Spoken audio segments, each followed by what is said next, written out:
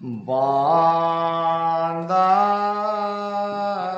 से नर मोक्ष न जावे। बांधा से नर मोक्ष न जावे। सत स्वरूप आनंद पद कहिए। सत स्वरूप आनंद पद कहिए। ओ कोई भेद न पावे। बांधा से नर मोक्ष न जावे। रे बांधा से नर मोक्ष न जावे। बांधा से नर मोक्ष न जावे। अभी तक हमने महाराज की वाणी में यही पढ़ा, यही सुना कि मोक्ष में कैसे जाए। इस पद में महाराज बता रहे हैं कि वो मनुष्य मोक्ष में नहीं जाएंगे। अब कौन नहीं जाएंगे मोक्ष में? बांधा से नर मोक्ष न जावे। से यानी वो भक्ति करने वाले, यानी अभी जो महाराज बताएंगे वो भक्ति करने वाले भक्ति तो मोक्ष की कर रहे हैं, चाहना तो उनके वो मोक्ष की है, मगर वो मोक्ष में नहीं जाएंगे। तो कहाँ तक जाएंगे? ज़्यादा से ज़्यादा सृष्टिकर्ता पारब्रह्म परमात्मा तक, कोई बिरला, कोई ब्रह्म तक, और कोई तीन लोक में हद तक जाएंगे। क्यों नहीं जाएंगे? इसका कारण बता रहे महाराज। सत स्वरूप आनंद पद कहिए। जिस पद को सत्स्वरूप कहा है, जिस पद को आनंद पद कहा है, इस पद का भेद जब तक नहीं मिलेगा तब तक कोई भी मोक्ष में नहीं जाएंगे। चाहे आप सांसों सांस में राम राम करके देख लो, जब तक पूरे सद्गुरु नहीं मिलेंगे, उनके शरण में हम नहीं जाएंगे, तब तक भेद नहीं मिलेगा। और भेद न मिलने के कारण मोक्ष में नहीं जाएंगे। एक बात तो बिल्कुल तय है, मैं हमारे रामदारा शिवपुर के बारे में बोल रहा हूँ कि धीरे धीरे हमारे अंदर भाव और प्रेम बढ़ने लगा है। पिछले 3 महीने से यहाँ अखंड सत्संग चल रही है, रोजाना आरती, वाणी पाठ, और इसका कुछ न कुछ असर तो होने ही वाला है। तो आप लोगों का ये भाव देखकर परमात्मा के प्रति उसको पाने की चाहना देखकर मुझे बहुत आनंद हुआ। और आपके द्वारा इतने ऊंचे विषय पर चर्चा यहाँ पे आप ये विषय को समझना चाहते हो, इसका मतलब आप जगे हुए हो, और जगे हुए को ही ये ज्ञान लगता है। सत स्वरूप आनंद पद कहिए, वो कोई भेद न पाओ। जब तक उस पद का भेद नहीं मिलेगा मोक्ष में नहीं जाएंगे। आप कहोगे महाराज सांसों सांस में राम राम रटन करना, यही तो भेद है। और हम रटन तो कर रहे हैं, फिर और कौन सा भेद है? तो देख लो महाराज क्या कहते हैं। महाराज ने इसका भी खंडन किया है कि सास ओ सासो रटया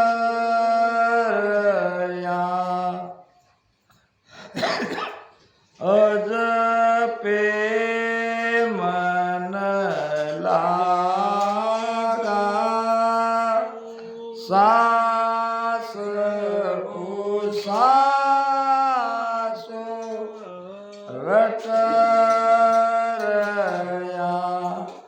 अजपे मन लागा निस दिन पचतानी सरे सासो नहीं भागा। अब महाराज ने केवल सांस सांस में और अजप्य में मन लगा रहे हैं और वहीं ध्यान रख रहे हैं और मोक्ष की कामना कर रहे हैं, तो महाराज कहते हैं कि नहीं होगा। सांस सांसो रट रया अजपे मन लागा निस दिन पचता नीसरे, रात दिन उसमें पच पच के मर गए तो भी संशय दूर नहीं होगा, आनंद नहीं आएगा, शब्द नहीं जगेगा। और शब्द नहीं जगेगा, निरंतर प्रकट नहीं होगा तो मोक्ष में जाना असंभव है। फिर क्या संकनाल बंकनाल से भक्ति करने पर उस पद में जाएंगे? तो महाराज कहते हैं कि नहीं, उसका भी खंडन हो रहा है कि संकनाल होय उत्तरे बंकनाल चढ़ावे संकनाल होय उत्तरे बंकनाल चढ़ावे ध्यान धरे जाए सुन्न में करता को गाए युग में जोगी को नहीं सब दो जगधारी के तो जप तप कर रया के इंद्रिया मारी। युग में जोगी को नहीं, जोगी यानी क्या? जिसका योग सद गया, जिसकी आत्मा परमात्मा से जुड़ गई, ऐसा संसार में कोई नहीं कह रहे महाराज। क्यों? कि वो सत्स्वरूप आनंद पद की भक्ति ही नहीं कर रहे हैं। वो जो भी साधना कर रहे हैं वो अपनी जगह सही है, संकनाल से उतर रहे हैं और बंकनाल खोल के बंकनाल से ऊपर जा रहे हैं। ध्यान धरे जाए शून्य में जाएंगे, शून्य तक। 10वां द्वार नहीं फूटेगा, ब्रह्म के शून्य में जाके समा जाएंगे। जैसे नींद में हमें कुछ आभास नहीं होता, वैसे वो शून्य समाधि में चले जाएंगे, फिर भी मोक्ष में नहीं जाएंगे। क्यों नहीं जाएंगे? क्या कमी रह गई? कमी है नियंचर की, कमी है कुदरत कला की। ये कुदरत कला सता सदगुरु की ध्यान भजन में नहीं।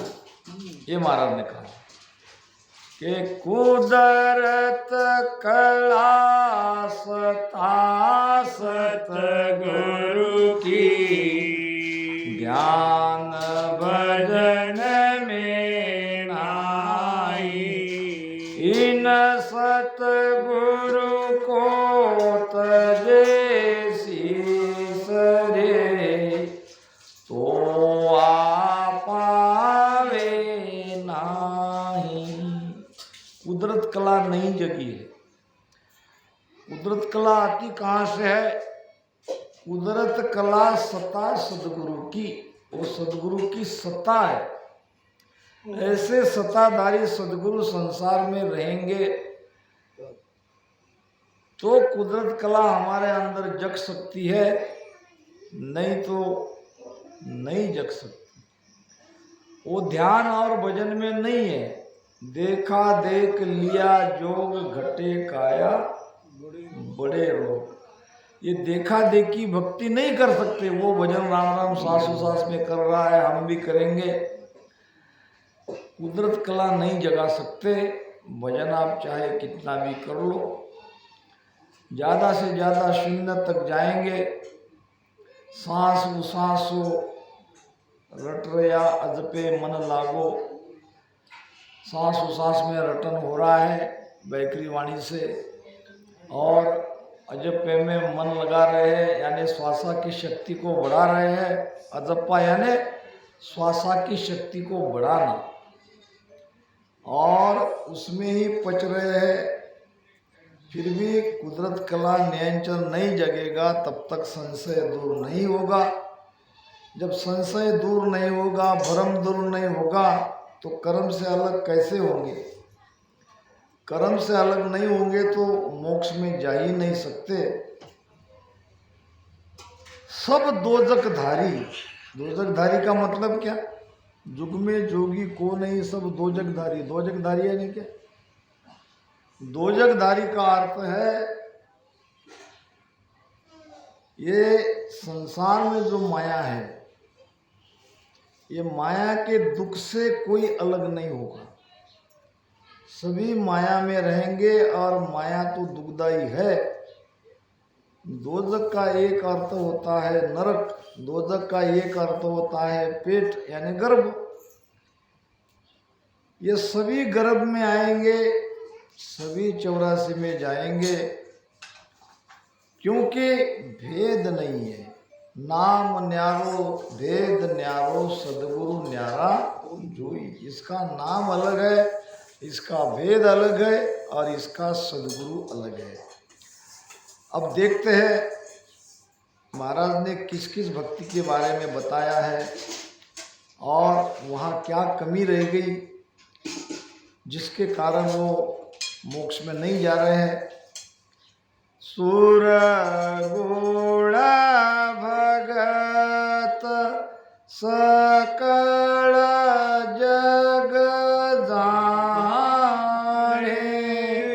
सुर गुण भगत सकल जग जाने।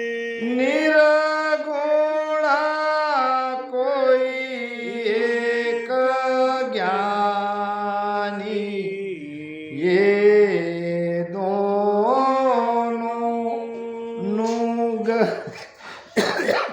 नुगरा।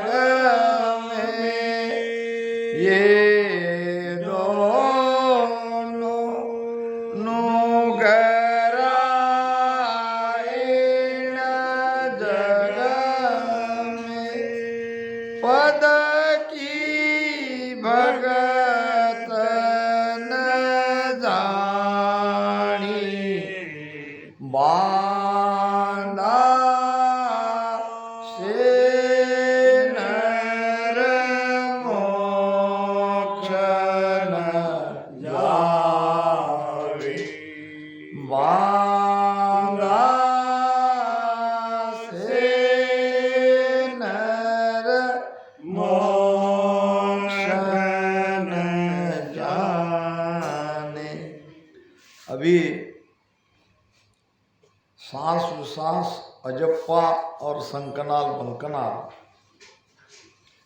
ये यहाँ पे समझाया गया। तो सुनने वाले के मन में भ्रम पैदा हो सकता है कि अगर सांस उसास में रटन करने के सिवाय या संकनाल बंकनाल के मार्ग को छोड़ के अब दूसरा क्या मार्ग हो सकता है जो महाराज इनकी काट कर रहे हैं, तो वो है प्रेम। अगबग प्रेम चाहिए, अगबग प्रेम नेम सब छूटा, जुग मर्दादन काई बे। ये राम राम रटन करने के साथ साथ आपके अंदर में अपने सदगुरु के प्रति अगबग प्रेम चाहिए। अगबग प्रेम से भजन करोगे, विश्वास से भजन करोगे तो नेंचर जगेगा। और केवल भेद में उलझ जाओगे तो नेंचर कभी नहीं जगेगा। नेंचर जगता है प्रेम से। जागे नाव प्रेम सुभाई, प्रेम बिना नहीं और उपाय। प्रेम प्रेम सब किल्ला ढावे, प्रेम प्रेम सुपीछम आवे। यही सांस उसास में, जाप अजप्पा में प्रेम से राम राम रटन करोगे, संकनाल से उतरकर बंकनाल से चढ़ोगे तो ये नेंचर नाद अनाद लांग सत आगे, आनंद लोक वे जाई। नेंचर जगेगा, कुदरत कला जगेगी तो नाद और अनाद के परे, हद और बेहद के परे वो सत्स्वरूप आनंद पद में वो जाएंगे। सुरगुण भक्त सकल जग जाने। सगुण भक्ति यानी माया की भक्ति, आकार की भक्ति, सारा जगत जानता है। क्योंकि हर गांव में 2-2, 3-3, 4-4 मंदिर है और मंदिर में किसी न किसी देवी की, कोई न कोई भगवान की मूर्ति है। तो मूर्ति पूजा करना सब जानते हैं। ऐसा कोई नहीं है जिसको इसमें कोई संदेह है, क्योंकि सगुण भक्ति सभी करते हैं, सगुण में विश्वास सभी का है। महाराज कहते हैं मूरत मूरत सब कोई जाने, करनी सबे पिछाड़े। करनी भी सभी को आती है, करनी कर्म कांड सब जानते हैं, मूर्ति पूजा ये सब जानते हैं। बिन मूरत बिन करनी पावे आ तो बिरला जाने दे। बिना मूर्ति बिना करनी से उस सत्स्वरूप आनंद पद में जाएंगे, ये बातें बिरला जानेंगे, बाकी समझ ही नहीं सकते। सुरगुण भक्त सकल जग जाने, निर्गुण कोई एक ज्ञानी। और निर्गुण की भक्ति तो कोई ज्ञानी ही करेगा, सभी नहीं कर सकते। ज्ञानी नाम जिसको समझ है, ज्ञान है, जो जानता है कि सांस उसास में मन लगाने से कैसे उस निर्गुण ब्रह्म तक पहुंचा जा सकता है, ये ज्ञान जिसको हुआ है वही कोई बिरले निर्गुण की भक्ति जानेंगे। सगुण की भक्ति सब जानेंगे, ज्ञानी भी जानेंगे, अज्ञानी भी जानेंगे, भोले भी जानेंगे, सब भी जानेंगे, मगर निर्गुण भक्ति करना सबके बस में नहीं है। ये दोनों नुकरा इन जग में। महाराज कह रहे कि फिर भी ये गुरु भक्ति नहीं है, फिर भी ये सत्स्वरूप आनंद पद की भक्ति नहीं है, वास्तव में ये नुगरे ही है। ये दोनों नुगरा इन जग में पद की भक्ति न जानी। किस पद की? सत्स्वरूप की। सत्स्वरूप की भक्ति न जानने से सत्स्वरूप के लिए ये नुगरे है, इस भक्ति के लिए ये सुगरे जरूर हो सकते हैं, मगर सत्स्वरूप भक्ति के लिए ये नुगरे है। किसको नंदू किसको बंधु दोनों पलड़ा भारी। निर्गुण तो है पिता हमारा, सरगुण तो मातारी। मातारी नाम माता। निर्गुण हमारा पिता है, सरगुण हमारी माता है। तो किसको नंदू किसको बंधु, किसकी निंदा करूं किसकी वंदना करूं। मेरे लिए तो दोनों समान है। संतों ने कहा है दोनों पलड़ा भारी। मगर ये दोनों भक्ति से सत्स्वरूप आनंद पद की भक्ति में नहीं जाया जाता। उसके लिए चाहिए भेद, और वो भेद जब तक नहीं मिलेगा तब तक मोक्ष में नहीं जाएंगे। निर्गुण हंस को पीता कहिजे, निर्गुण हंस को पीता कहिजे। सुर गुण सो माता होई, सतगुरु बिना मोक्ष की पहुँचे। गुरु बिना मोक्ष की पहुँचे। केता है सब कोई, बांधा से नर मोक्ष न जावे रे। बांधा से नर मोक्ष न जावे। अब देखो थोड़ा हमको व्यवहार समझना पड़ेगा। जैसे कि ये जगत में हम है, अभी रह रहे हैं, ये जगत में हमारा परिवार है। हमारे परिवार में हमारे माता पिता है कि नहीं। ये घर है तो उस घर में माता पिता है और उनका बेटा भी है। अब बेटा जब तक घर में है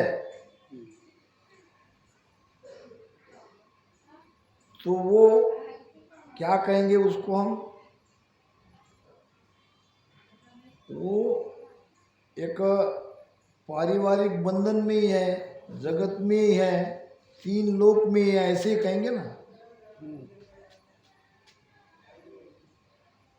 तो अगर उस बेटे को कोई संत मिल गए और संत की संगत मिलने से, संत का ज्ञान सुनने से बेटे के भीतर में वैराग आ गया और स्वेच्छा से उसने अपने घर को, अपने माता पिता को छोड़ दिया, तो क्या कहेंगे उसको हम, घरबारी कहेंगे क्या, उसको कहेंगे हम वैरागी। उसके अंदर वैराग आ गया।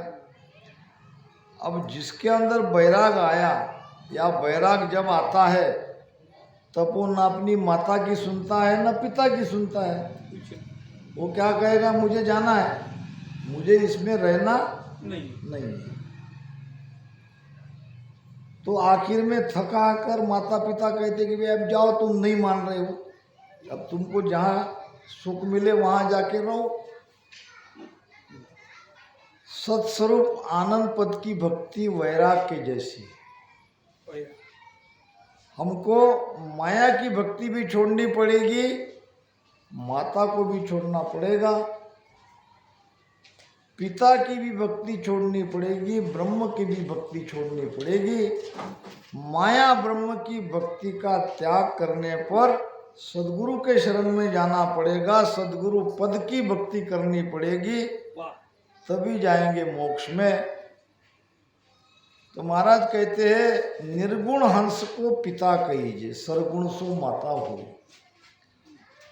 अब सदगुरु बिना मोक्ष किम पहुंचे कहता है सब कोई, कह तो सभी रहे, क्या कह रहे कि हमारी भक्ति भी मोक्ष की भक्ति है, हमारा मार्ग भी मोक्ष की ओर ले जाता है। कहने से नहीं होगा। आप किस पद की भक्ति कर रहे हो, आपकी सुरती कहाँ लगी है, आपने जो साधना करी है वो आपको कहाँ तक ले जाएगी। वो अगर बेहद तक 10वें द्वार तक आपको ले जा रही है, 10वें द्वार से बाहर नहीं निकल रहे हैं, तो वो भक्ति हो गई पिता की, यानी पार ब्रह्म की। और हद तक की भक्ति तो कई है, 3 लोक में हद है, या त्रिकुटी तक, यहाँ तक की भक्ति, ये सारी भक्तियाँ माता की भक्ति कहलाएगी। अब माता की भक्ति करने से 3 लोक का सुख आप पालोगे। भक्ति कोई निष्फल नहीं है।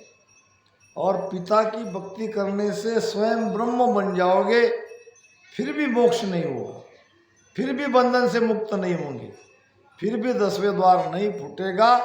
वो इसलिए कि सदगुरु के शरण में नहीं गए, सदगुरु से भेद नहीं मिला, वो कुदरत कला नियंचर नहीं जगी। तो सतगुरु बिना मोक्ष की में पहुँचे कहता है सब कोई, कहने से क्या होगा, कोई कहने से तो बड़ी मोक्ष जाएगा। ये तो अगम की रीत है। यहाँ तो सदगुरु का कहना भी मोक्ष में नहीं ले जा सकता। मन रिजासु ना बने ना मुख कहिया जोय, सदगुरु ने कह दिया कि जाओ बेटा तुम्हारा मोक्ष हो जाएगा, तो भी मोक्ष नहीं हो सकता। एक गुरु के पास एक आया चेला बनने के लिए, कहा कि मुझे तुमसे भेद लेना है। गुरु ने पूछा क्यों भक्ति करना चाहते हो, क्यों भेद लेना चाहते हो? तो कहने लगा मुझे ब्रह्मलोक में जाना है, मुझे मोक्ष में जाना है, मुझे परम मोक्ष की प्राप्ति चाहिए, इसलिए मैं तुम्हारे शरण में आया हूँ। गुरु ने कहा बैठो, बैठ गया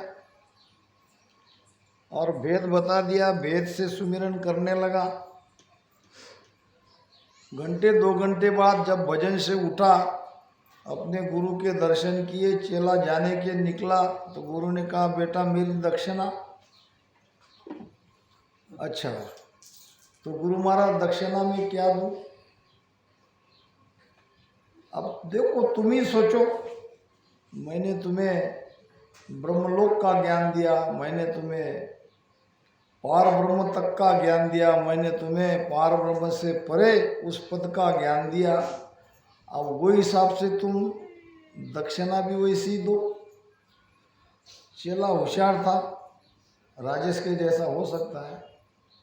बड़ी नम्रता से हाथ जोड़ के कहा गुरु महाराज दक्षिणा में मैंने तुमको पूरा भारत देश दे दिया, पूरा भारत दे दिया, पूरा इंग्लैंड दे दिया, पूरा अमेरिका दे दिया। एक एक देश अनमोल है। ऐसा कहते ही गुरु ने क्रोध से उसके तरफ देखा, कहा कि ये भारत इंग्लैंड अमेरिका तुम मुझे दक्षिणा में दे रहे हो, क्या ये तुम्हारे बाप का है? चेले ने कहा गुरु महाराज ब्रह्मलोक, पार ब्रह्मलोक और उससे भी परे देश तुमने मुझे दे दिया 1 घंटे में, ये क्या तुम्हारे दादा का है जो तुम्हें मुक्त में दे रहे हो? क्या इसके लिए शिष्य का कोई कर्तव्य नहीं? बिना निजमन दिए सब कुछ हो जाएगा जो तुम मुक्त में बांटते फिर रहे हो। अब जैसा गुरु वैसा चेला, रड़ का गुरु मड़ का चेला। दोनों ठेलम ठेला। अपने मराठी में मन है ना, क्या है, डूडीत नहीं काइन दड़पुन वाड़ बाई। अंदर कुछ नहीं है, हम कह रहे कि परोसो। अब कहां से परोसेंगे? गुरु की सुनी आत्मा शिष चावे निज नाम। किशन दास कैसे बने धनी ब्यूना गाम। गुरु की सुनी आत्मा, गुरु के अंदर नियंत्रण नहीं है। गुरु तो बेचारा तड़प रहा है और शिष्य आके उसे कह रहा है कि मुझे निज नाम चाहिए। कहां से देगा? शिष चावे निज नाम। किशन दास कैसे बने धनी बिहुना गाम।